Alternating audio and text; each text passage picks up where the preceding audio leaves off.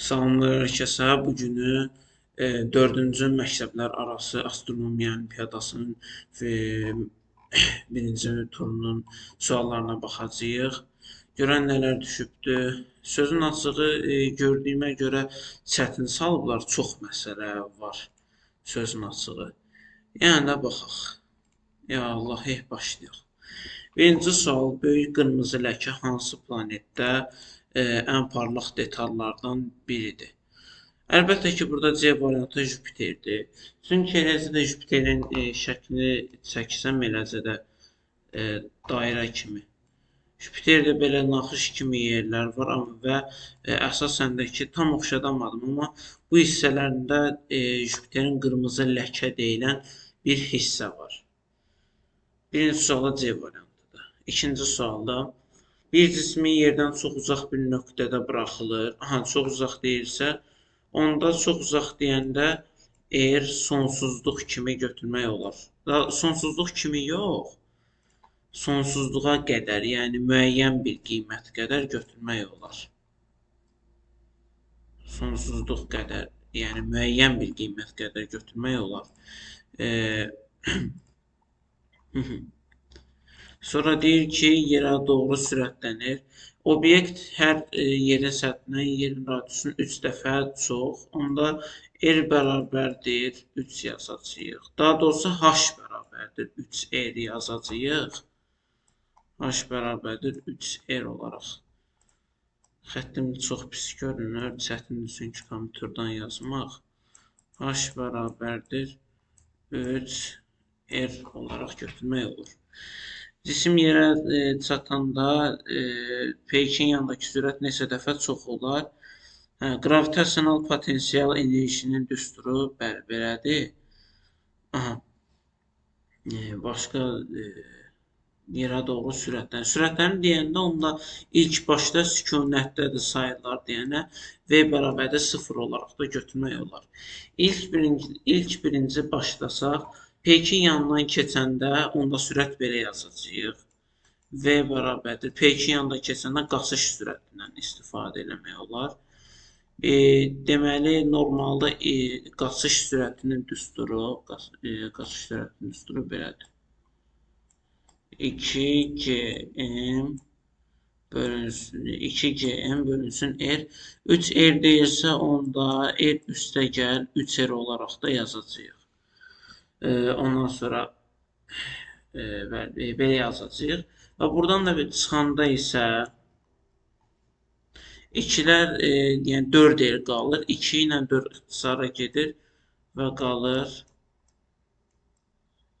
Gm bölünsün 2R olaraq yazmaq olar. İndi burada deyir ki, daha doğrusu indi burağı silək, cavab hərəmliyi belə alınır.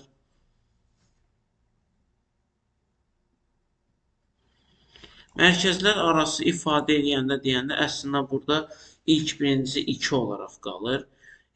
Arasındakı məsafə 2R götürmək olanda B də yazmaq olar. Şifahi şəkildə belədir.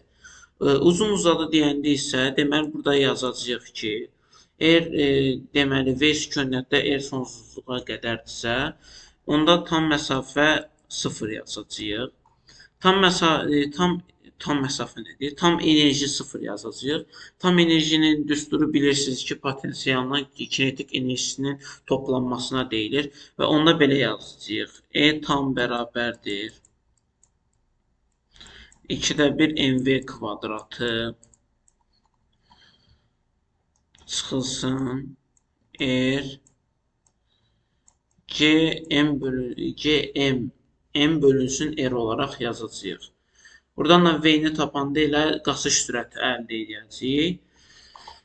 İndi buralığı bir dənə silim. Şifahi şəkildə əslində qaçış sürətindən istifadə edərək 2R olaraq almaq olur. Və salam. Cavab eləcə də B variantıdır burada. İndi üçüncü sual. Üçüncü sualda isə deyir ki, Yer və Mars kimi planetlərdən fərqli olaraq Jupiterin əhəmiyyətli mövsümi dəyişikliklərə məruz qalır. Bu ilk növbədə ona görədir ki, Jupiter gerçək olaraq Günəşə bağlıdır. səhvdir. Daha doğrusu əlaqəsi yoxdur. Jupiter öz orbitində çox yavaş hərəkət edir. Bu da səhvdir. Öz orbitində, yəni öz ətrafında çox sürətlə hərəkət eləyir. Bu da C variantıdır əslində. 3-ə C variantı gedir. 3-ə C variantı gedir. Çünki Jupiterin fırlanma oxunun orbit müstəvis perpendikulyar oxdan meyli əhəmiyyətsiz dərəcədə azdır. Dördüncü sual. Pulsar, yəni döyünən radioulduz qütblərdə radio dalğalarında rentgen şüalarına qədər böyük bir diapazonda şüalar yayan və öz ox ətrafına sürətlə dövr edən neytron ulduzudur. Düzdür. Xərçəng pulsarlarının öz ox ətrafına dönmə periodu 33 mikrosaniyə olarsa, onun minimum sıxlığı kilo bölünsün metr vurulsun 3 ilə neçə olmalıdır? Sabit formasına qala bilsin. Pulsar daxilində sıxlığın eyni düşünə bilərsiniz. Qravitasiya sabiti. Demək, qravitasiya sabitini verir. Daha doğrusu bir dəqiqə. Qravitasiya sabitini verir. Minimum sıxlıq da verir. Dördüncü sualı belə yazacağıq. İlk birinci bildiyiniz üzrə pulsar deyir ki, çox sürətlə dönən ulduzdur. Bilirsiniz ki, bir cisim nə qədər sürətlə dönsə, çox sürətlə dönəndən sonra parçalanır, parçalara ayrılır. Amma burada deyilir ki, elə olsun ki, parçalara ayıra bilməsin, yəni parçalanmasın. Ona belə yazacağıq. Qravitasiya intensivliyi böyükdür, kiçikdir mərkəz qasma təcilindən.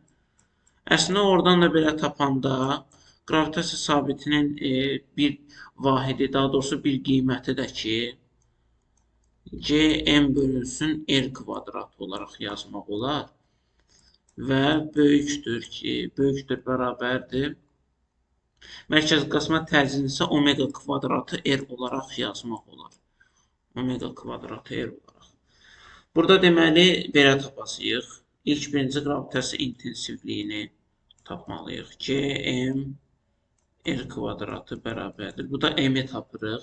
M bildiyiniz üzrə rho və M bərabərdir bildiyiniz üzrə rho bərabərdir. Daha doğrusu M bərabərdir rho vur V olaraq yazmaq olur.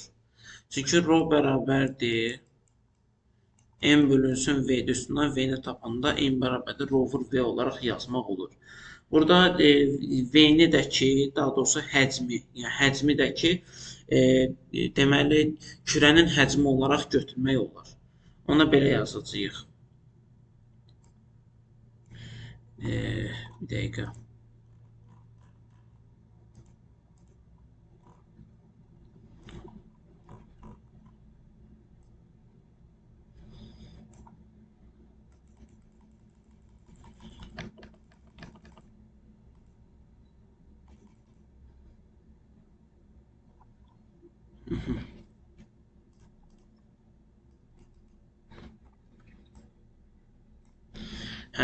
Deməli, R kvadratı C vurulsun rho, çünki M-in yerinə rho vur V yazdıq. V-ni yenə də ki, 3/4 pi R kvadratı. Pi R kubu. 3/4 pi R kubu. 3/4 pi R kubu yazırıq. Burada R-lər ixtisara gedir. R-lər ixtisara gedəndə sonra buradan təbii ki də yazırıq omega kvadratı R. R-lər ixtisara gedəndə burada bir dənə də R qalır. Buradan da R-lər ixtisara gedəndə R qalmır. Onda belə yazırıq.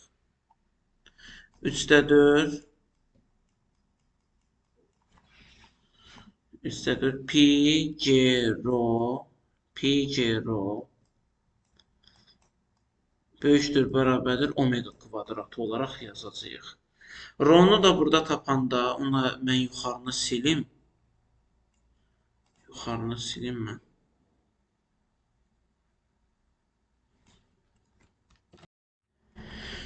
Buralığı siləndə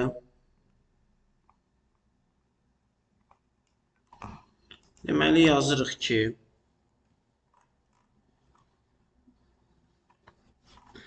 burada təbii ki də rho-nu tapacağıq.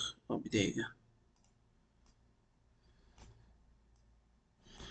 Rho bərabərdir.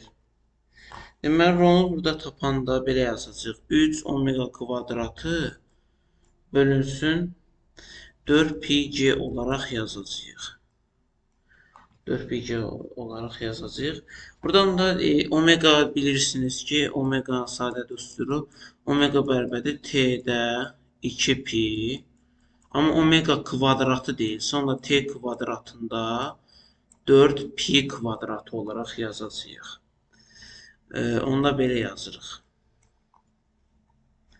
Rho bərabərdir. Daha doğrusu, rho bərabərdir. G t kvadratında 3 pi olaraq qalır. Yəni omeganı da açanda belə qalacaq təbii ki də. Buradan indi deyilirdi ki, t bərabərdir, period 33 mikrosaniyədir. Period 33 mikrosaniyə. Deməli, gravitasiya sabiti 6.67. Pi-nin də k-də qiymətini bilirsiniz 3.14-dür. Onu da belə yazacağıq. Deməli, 3.14, 3 vurulsun 3.14 bölünsün 6.67 vurulsun 10 üstü mənfi 11 vurulsun 10 üstü mənfi 11 vurulsun deməli t kvadratı deyir. Sonra 33 mikrosaniyəni 33 vurulsun 10 üstü mənfi 3 kvadratı olaraq yazacağıq. Çünki t kvadratı deyil. Buradan da təbii ki də tapanda 9.42 7.10 üstü ixtisara 7.26 buradan da cavab belə alınır. 1.3 vurulsun 10 üstü 14. Vəssalam, cavab eləcə də A variantıdır. 4-də A variantı çıxdı. Ümid edirəm ki, başa düşərsiniz, çünki kompüterdən xəttim pis görünür deyənə. İndi 5-ci sual. 5-ci sual fizika aiddir, toplayıcı linza falan, linzalara aiddir təbii ki də. Onda bunu belə yazacağıq bir dəqiqə. Biraz yaxınlaşdırım ki, yaxşı yaza bilim. Deməli, deyir ki, optik qüvvələr D1 4 diopatar, D2 isə 6 diopatar olan iki nazik toplayıcı linza baş optik oxları üstə düşməklə bir-birlərinin R bərabərdə 0.70 metr məsafədə qoyulmuşdur. Birinci linzadan solda D bərabərdə 0.5 metr məsafədə yerləşən cismin iki linzadan xəyalı birinci linzadan hansı məsafədə yerləşəcək? Linza sistemi cismin neçə dəfə böyüdəcəyini müəyyən edin. İlk birinci burada belə yazacağıq. Deməli, fokusu tapacağıq ilk birinci, yəni böyük F-i. Böyük F bərabərdir. Deməli, 1 bölünsün D1 yazırıq. Burada deyir ki, 4 diopatardırsa, eləyir 4-də 1. F2-ni də tapırıq. İndi xəttim yaxşı görünür. İkincisini də tapanda, deməli, D2-də deyir 6 diopatardır. Onda 1 bölünsün 6 olaraq yazacağıq. Deməli, F1 4-də 1, F2-dəki 6-da 1 olaraq yazırıq. Buradan da yazanda isə belə tapacağıq. İndi kiçik F-i tapacağıq. Kiçik F-i tapacağıq. Buralı məzbul qallam silim. Deməli, kiçik F1-də tapanda, deməli, onda belə yazacağıq. F1-də 1 bölünsün F1 bərabərdir. 1 bölünsün kiçikdir 1. Üstə gəlsin. 1 bölünsün kiçik F1. 1 bölünsün kiçik F1. Buradan da belə tapacağıq. Deməli, 4-də 1 tapdıq F1-i. Onda belə tapacağıq. 4-də 1-dən neçə çıxır? 0.25. Sonra D1 0.5'dir. 0.5'də 1. F1 isə buradan da F1'i tapanda F1'dəki 0.5 eləyir. 0.5. F1 0.5 eləyirsə, demək linzalar arasındakı məsafəni tapırıq, yəni L. L bərabərdir 0. Daha doğrusu L'in düsturu deməli belə yazılır.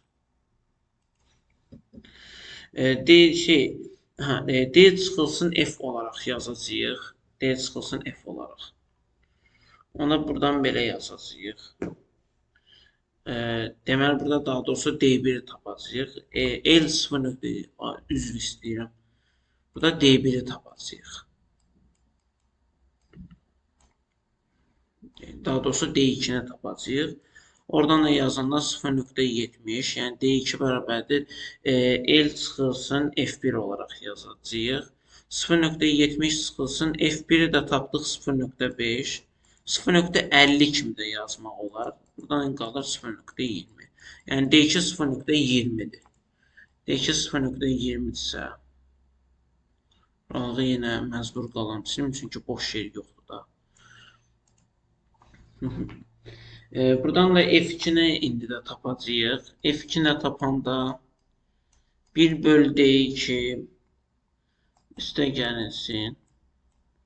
1 bölü F2 bərabərdir 1 də F2. Böyük F2 bildiyiniz üzrə 6'da 1 tapmışdır. D2'də 1 isə 0.20 tapdıq. D2'ndəki 0.20 tapdıq. Onda F2 də burada F2 də demək 6'da 1 0.5 F2'dəki yəni 1'də 1 eləməlidir ki 1 qalsın. F2'dəki onda 1 eləyir. F2'də 1 eləyirsə, indi ümumi linzalar arası məsafəni tapacağıq. Uzun məsələdir biraz. X bərabərdir L üstə gəlsin F2. L bildiyiniz üzrə 0.70 tapmışdıq. F2'dəki 1'dir. Onda 1.7 deməli 1.7 sonra indi Q'ləri tapacağıq. Ümumi Q sistemini.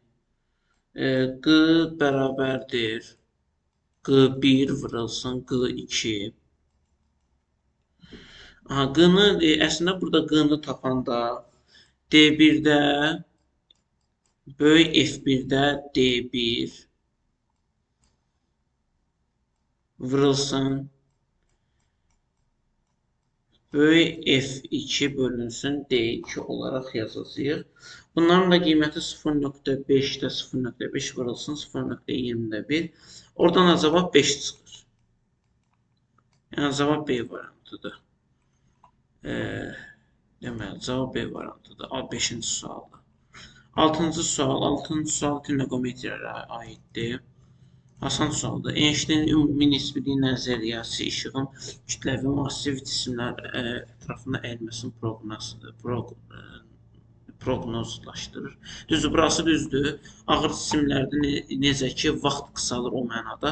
Şəkildə əks olunan böyük bükülmə əyilmə bucağı teta B bərabərdir 4GM bölünsün RC kvadratı düsturu ilə hesablanır. Burada C qravitasiya sabiti, M ucunun kütləsi, C işığın sürəti, gəlin işığın cisim mərkəzindən keçən paralel X oxunun eri təsir parametri adlandırırıq.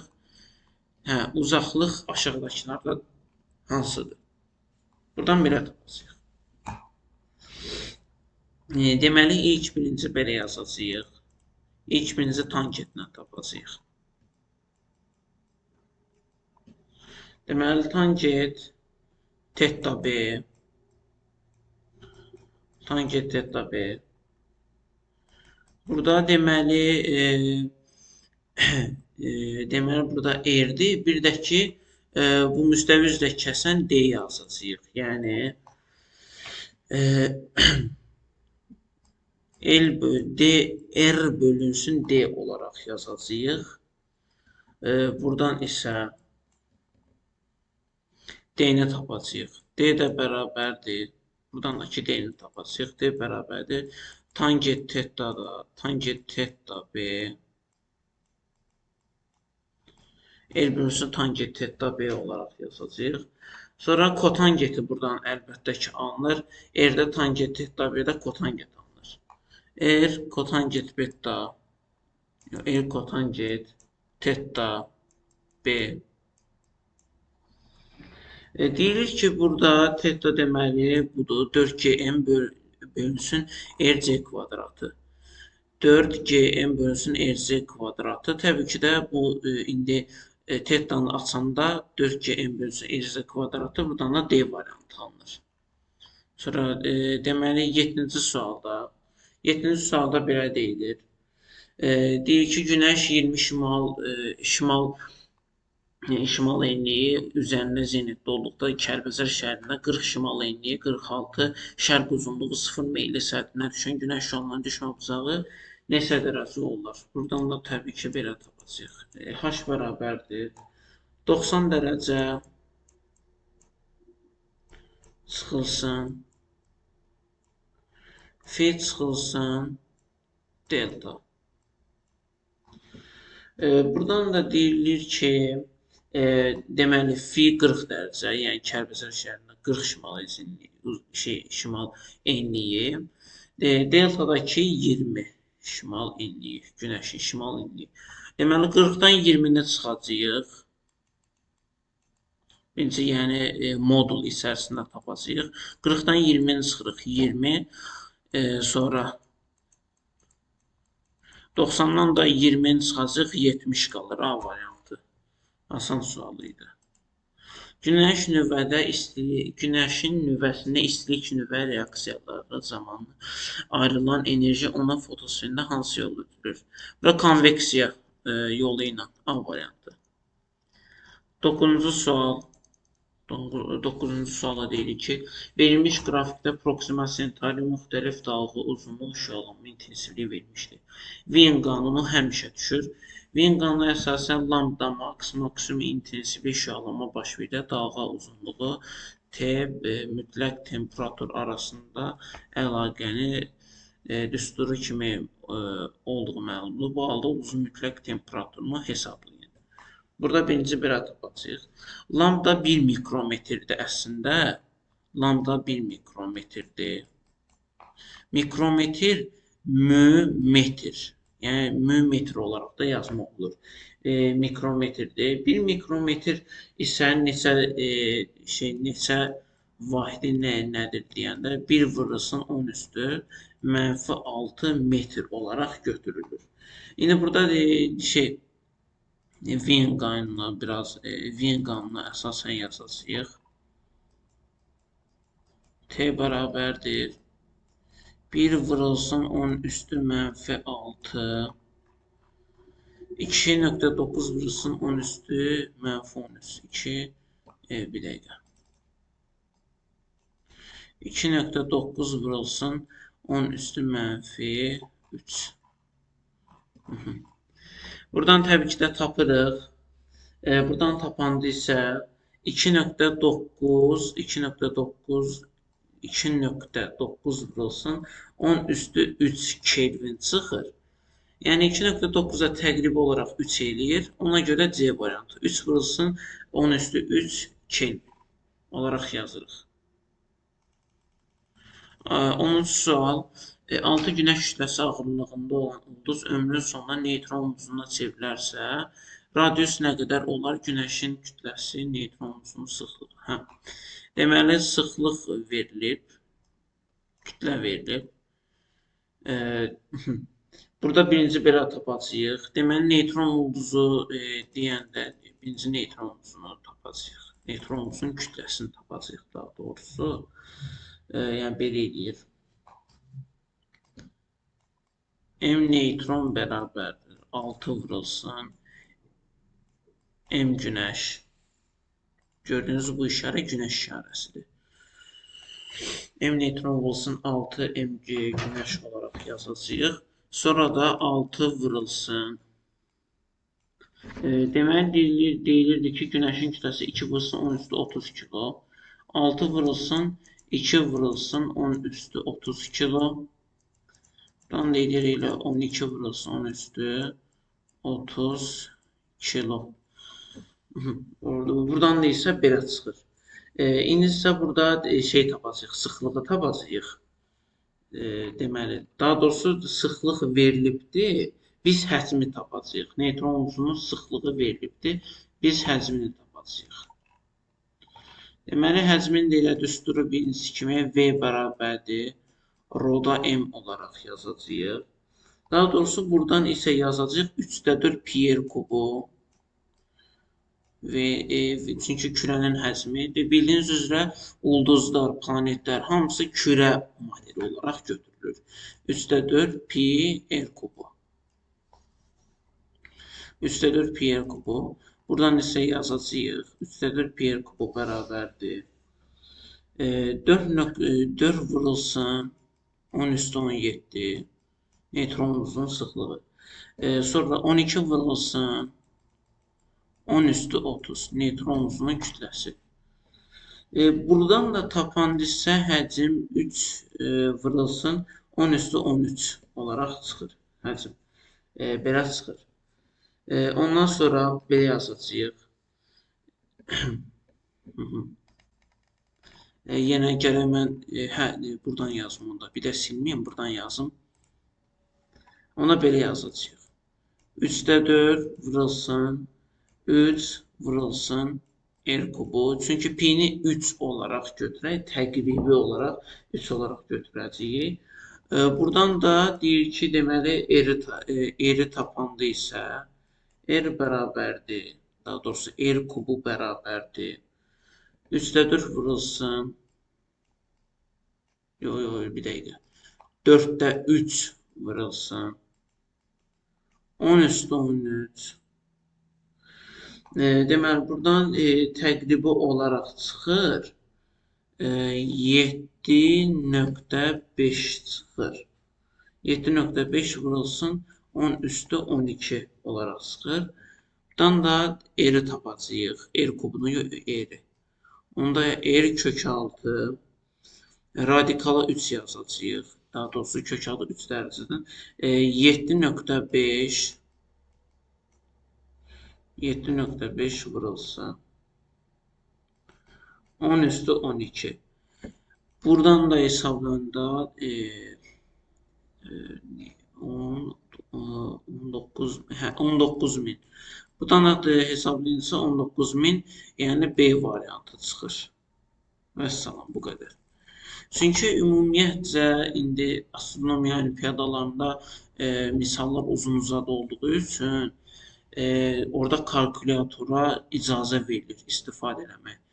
Roş limiti ilə əlaqəli olan məsələ var. Roş limiti və ya roş radiusu elə minimum məsafədir ki, planet P2 məsafədən çox planetə yaxınlaşdıqda planetin qravitasiya qüvvəsi P2 bütün saxlayan daxili qravitasiya qüvvəsinə böyük olur və P2 parçalanır. Düzdür və xalqa əmələ gəlir. Bunu bilərək kütləsi 7.2 vurulsun 10 üstü 24 kilo olan planetin orbitində hərəkət edən kütləsi 5 vurulsun 10 üstü 22 kilo və radiusu 2 vurulsun 10 üstü 3 kilometr olan ay üçün roş limitini hesablayın. Deməli, roş limiti əslində düsturu çox çətindir. Biz bunu sadələşdirərək tapacağıq. Sadə formada belə tapacağıq əslində. Deməli, burada deyilir ki, böyük M planet kütləsi, yəni 7.2 vurulsun 10 üstü 7.2 vurulsun 10 üstü 24. Sonra deməli, sonra P2-in kütləsi 5 vurulsun 10 üstü 22. P2-in radiusu isə 2 vurulsun 10 üstü 3 olaraq yazacağıq. Buradan isə birinci belə tapacağıq. D bərabərdir, roş limiti əmsalı. D bərabərdir. Deməli, R cismin, daha doğrusu peykin radiusu. R vurulsun, R vurulsun.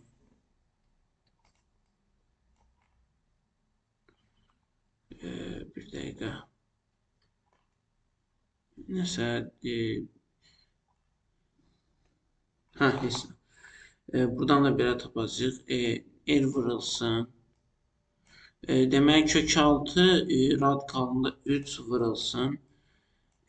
Kiçik m-də böyük m olaraq yazacağıq. Buradan da tapanda elə D bərabərdir. D bərabərdir 2.10^3 vurulsun. 10^3 kilometr vurulsun. Kökaltı R buradan da çıxır. 2 vurulsun. Deməli 7.2 5 vurulsun 10^22 və 24 olaraq yazılır. İlk birinci bunu hesablayaq. Buradan çıxır 7.2 24 144 çıxır. Yəni kökaltı, daha doğrusu 2 vurulsun 144 eləyir 288 və radikala salacağıq. 288. Təbii ki də buradan çıxır 6.6. Təxmini, təqribi olaraq 6.6 çıxır. Deməli, D burada 2 vurulsun 10^3. Yəni 2000. 2000 vurulsun, bir də xətt çəkə ayıraq. 2000 vurulsun 6.6. 2000 vurulsun 6.6. Cavab əslində 13200 çıxır. 13200.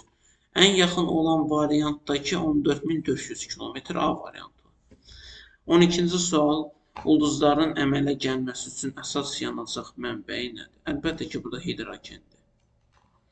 Kosmosda hidrogen bol tapılır və ulduzlar hidrogeni heliuma çevirərək enerji təmin edirlər. 13-cü sual. Ay maşallah. Dastan boyda sualdır. Deməli, 13-cü sualda deyir ki, ulduzlar arası səyahətlə kəşf olunan bir vaxtda astronavtlar qəza nəticəsində Günəşə bənzər ulduz orbitində hərəkət edə bilməyən bir planetin üstünə təsirini etməli olurlar.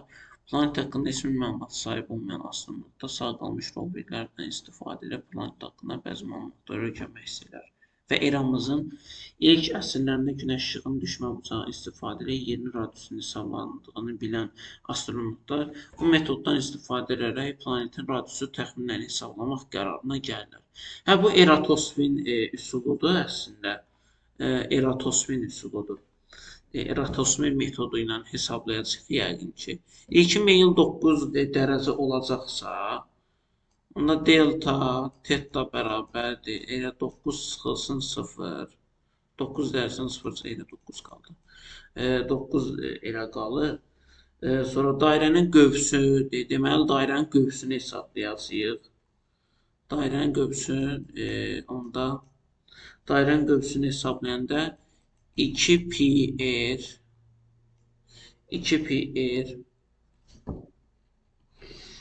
deməli deyir ki 600 kilometr. 600 kilometr bölünsün 2πr olaraq yazacağıq. Buradan deməli əslində teta deyir ki 9'dur. 9'da 360 da yazmaq olur. 9'da 360. Yine tənasübdən eləyəcək. 600 9'a keçirsə, 2πr də 360'a keçirsə 2πr'dəki 24.000 çıxır. 24. 2πr'dəki 24.000 çıxır.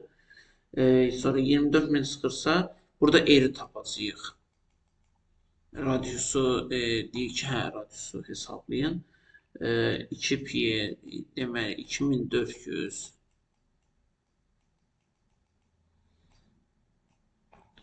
deməli 2400 bölünsün 2πr olaraq yazacağıq. Buradan da ki 3800 çıxır. 3800. Söhbət tamam 3800'dür variantı. 14-cü sual. Aydın bir gecədə siz şimal qütb ulduzu, şimal Qütb ulduzu. Qütb ulduzunun əsas adı bilirsiniz ki, Polarisdir. Bilməyənlər üçün bura yazım. Polaris.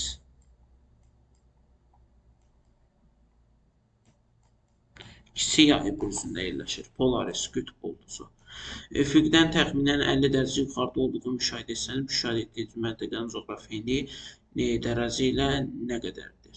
Hə, əslində burada belədir. Polarislə əlaqəli bir dənə düstur var. Fi bərabərdir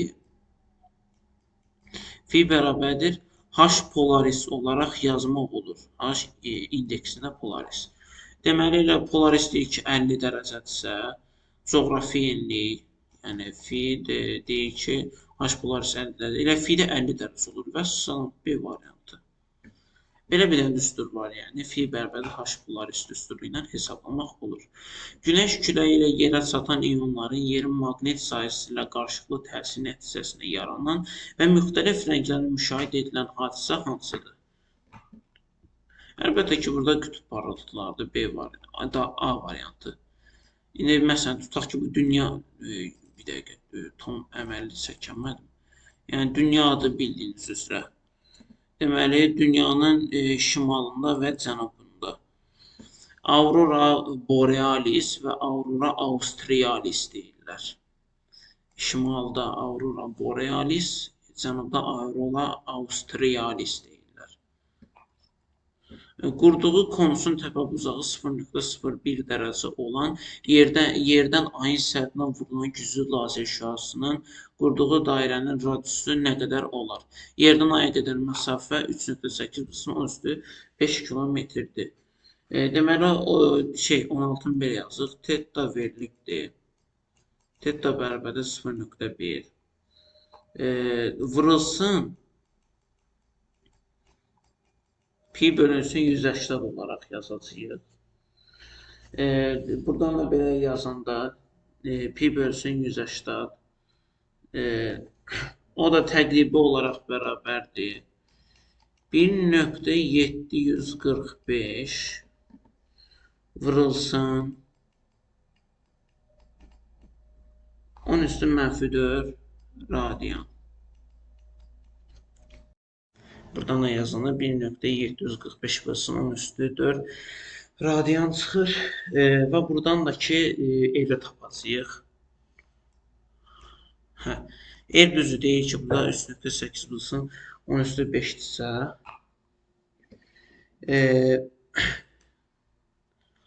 buradan da tapanda D bərabərdir.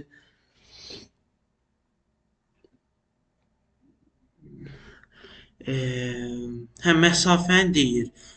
D bərabərdir 3,8 vurulsun 0,0 yox 3,8 vurulsun 1,745 vurulsun 10⁻⁴. Buradan da təbii ki də cavab 16-da E variantı çıxır. 66. O D variantı çıxır. 16 da belə. 17-ci sualda deyir ki, müxtəlif qalaksilərdən yad planetlər yer kürəsində güclü teleskoplarla izləyirsə, hansı qalaktikanın yad planetlər yerdə 65 milyon il əvvəl baş vermiş dinozorluğun nəslin kəsilməsini görmə ehtimalı var. Qalaktikalara qarşısında həmin qalaktikaya aid qədər olan məsafə qeyd olunur. Əslində düzdür. İndi məsələn bir işıq ili uzaqlıqda olanda dünyanın bir il əvvəlki formasını görmək olur. Əslində burada məntiqi cəhətdən baxsaq 65 milyon il əvvəl deyəndə elə cavab 6,15 vurulsun 23 metr olaraq görmək olar. Elə B variantı dərsinin 17-də məntiqi cəhətdən baxsaq. 18-ci sualda biz ayın səthindəki yerin hərəkətini izləyirik. Ayda olan müşahidəsi nəzərən yerin öz oxu ətrafında tam dövr etməsi üçün nə qədər müddət keçməlidir? Yer hərəkət eləməyəcək əslində. 18-də D variantıdır. 18-də əslində D variantıdır. İndi gələk 19-cu suala. Səyyah Kamil Parisdən 48,5 şimal enliyi, 2 şimal uzunluğu. Xabarovskada 48,5 şimal enliyi, 135 şimal uzunluğu paralel boyunca səyahət edir. Bu müddət ərzində kamilin getdiyi yol hesabına yer radiusu deməli 6370 kilometrdir. 19-cu sualı belə yazacağıq. Birinci şimal uzunluqları hesablayırıq. 135 çıxılsın 2, 133 eləyir. Birinci şimal uzunluqlarını tapırıq. Şimal enliyi ilə eyni verilibdir. 48,5 verilibdir. Onda belə yazacağıq. R bərabərdir R vurulsun. Kosinus 48,5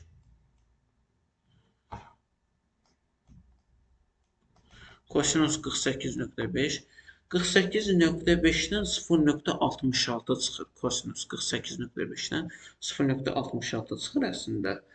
İndi dünyanın radiusunu 6370 kilometr vurulsun 0,66 olaraq yazacağıq. Buradan da hesablanırsa 4220 üstə gəlsin 6370, oradan da hesablayanda isə cavab 13200-ə çox yaxın alınır. Ona görə də A variantıdır. 20-ci sual 20-ci sualda belə deyilir. Marsın peykiləri Phobos və Deimosun orbitləri eyni müstəvidə yerləşir və orbitlərin radiusu sırasıyla 9400 km və 23500 km-dir. Phobosun sürəti 2,14 km bölünsün saniyə. Deimosun sürəti isə 1,35 km bölünsün saniyədir. Onlar bir-birinə ən yaxın olduqları andan etibarən nə qədər müddət sonra aralarındakı məsafə yenə minimum olacaq. Yəni bir-birlərinə təzədən yaxın olacaqlar. Burada tapacağıq əslində. Deyilir ki, R deməli R bərabərdir V, yəni V ilə R verilibdir. V ilə R, onda omega tapacağıq. Omega bərabərdir V-də R düsturu ilə. Ona belə yazacağıq. Bir dəqiqə.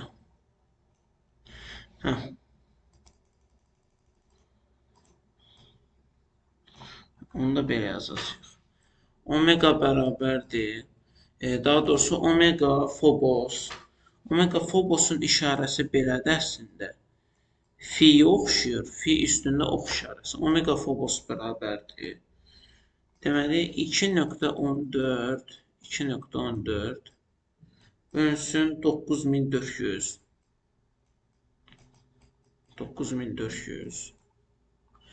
Sonra omega Deimos. Deimosun işarəsi isə belədir. Delta ucundakı ox işarəsi kimi bir şey. Deməli omega Deimos bərabərdir 23500 1,35 bölünsün 23500. Təbii ki də Phobosdan deməli bucaq sürəti omega belə çıxır. 0,22766. Omega Deimosdan isə 0,5745 kimi bir qiymət çıxır. İndi bunların İndi periodu deyirdi tapın, hansı nə qədər müddətdə. Periodun omega ilə olan düsturu belədir. T bərabərdir 2pi bölünsün delta omega. Demək delta omega deyirsə, delta omega bərabərdir 22766-dan 22766 çıxılsın 0,5745. Buradan isə tapacağıq bərabərdir. Bərabərdir. Buradan da təbii ki də çıxır. Deməli buradan çıxır 0,17000 17.021 çıxır. Yəni delta omeqanın yerinə elə qoyacağıq. 2 pi bildiyiniz üzrə 3.14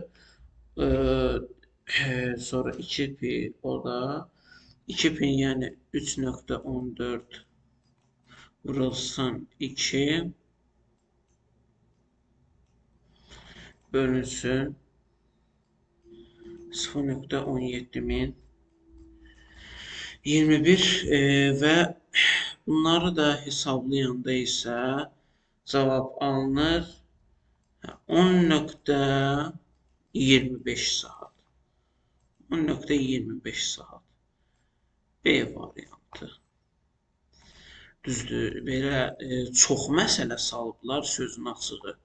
Çox məsələ var. Yəni də yazaq indi. 21-ci sual. Plutonun Sauron sisteminin kütləsi mərkəzi ətrafında o kütləvi mərkəz ətrafında, yəni barisenter, kütləvi mərkəzin digər adı barisenterdir. Dairəvi orbitdə hərəkət edir. Deyir ki, Xarondan onların kütlənin mərkəzi qədər olan məsafəni hesablayın. Hə, deməli, burada əslində belə hesablayacağıq. Deməli, iki cisimli sistem düsturu ilə. İki cisimli sistem düsturu belədir. İki cisimli sistem düsturu isə R bərabərdir. Deyir ki, burada Sauron deyirsə, onda R, Sauron işarəsi belədir əslində. R Sauron bərabərdir. Böyük R vurulsun. M Pluton, Pluton işarəsi belə. M Pluton vurulsun. Daha doğrusu üstə gəlsin. Üstə gəlsin M Sauron.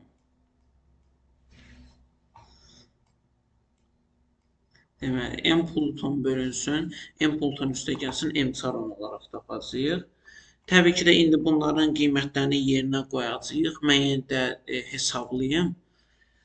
Buradan da təxmini olaraq 36.000,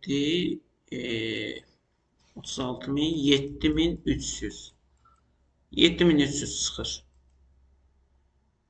Daha doğrusu 17.300. Bu variantı.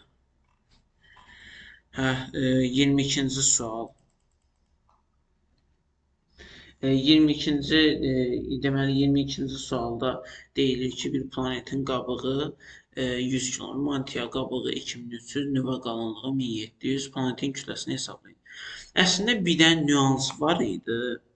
Deməli, deyilirdi ki, planetin əsasən nüvəsinin qalınlığı və yaxud da ki, kütləsi planetin kütləsi ilə qalınlığından əlaqəlidir. Ona görə də belə yazacağıq. Nüvənin qalınlığı 1700-dürsə, elə ona ən yaxın ola biləcək variant A variantıdır. Yəni, belə əlaqələndirmək olar. Qısa şəkli budur. 23-cü sual, albedosu əks etdirmə qabiliyyəti 0.14 olan səthə 120 teravat saat qədər radiasiya düşür. Düşən radiasiyanın səthinin istənilən miqdarını hesablayın. Buradan təbii ki də belə yazacağıq. 1 çıxılsın 0.4 1 çıxılsın 0.4 eləyir 0.6 yəni 60%. Mötərizəsində 60%. 60% olaraq çıxır. Sonra deyir ki, 120-ni də 0.6-ya vururuq. 120 vurulsun 0.6. Neçə eləyir? Eləcə də 0.6-ya vuranda 72 teravat eləyir. Teravat saat. Yəni, bu variantı. Məsələlər bitdi onda. Qalanları ilə sadə şifahi suallardır. 24-cü sualda deyilir ki, 24-cü sualda üzgün teleskop işıq toplama gücü asılıdır. Nə ilə asılıdır? Təbii ki də onun obyektiv gücünün sahəsindən asılıdır. 24-də A variantı. 25 aşağıdakı astronomik obyekt hansı meteor yağışları ilə əlaqəlidir? Əlbəttə ki, burada kometadır. Asteroidlər, yəni düz asteroidlər daha iri olduğundan ötürü meteor yağışlarında xırda meteorlardan, kometalardan nəzərdə tutulur. Yəni burada B variantıdır. Yerin günəş ətrafına fırlanması nəticəsində hansı hadisələr baş verir? Fəsilərin dəyişməsi. Bu da Hasan sualı idi. 27-ci sualda hansı planetlərin bu planetlərdə hansının halqası yoxdur? Burada Marsdır. Jüpiterin, Uranın incə halqası var, indi Saturnun iri halqası var. Amma Jüpiterin, Uranın çox incə halqası var deyənə, Marsın isə heç halqası yoxdur. İşıq ili nədir? Günəşlə yer arasındakı məsafə. Buna astronomik vahid deyilir. Günəşlə yer arasındakı məsafə. Yerin günəş ətrafında fırlandığı bir il ərzində qət etdiyi məsafə. İşığın yerlə günəş arasında hərəkət etməsi tələb olunan vaxt. İşığın bir ildə qət etdiyi məsafə D variantıdır burada. 29-cu sualda ayın deyir ki, tutulmaq, deməli günəş tutulması ayın hansı fazasıdır? Burada yeni aydır əslində. 29-a A variantı. 30-cu sual, 6-cı sual. Yerin şimal qütbündə coğrafi enliyi nə qədərdir? Bu da Hasan sualdır. Fi bərabərdir müsbət 90 dərəcə olaraq. Necə ki, H bərabərdir 90 dərəcə çıxılsın, bir dəqiqə, 90 dərəcə çıxılsın, fi çıxılsın delta düsturu ilə necə hesablanırsa. Yəni belə. Çox sağ olun videomu izlədiyiniz üçün.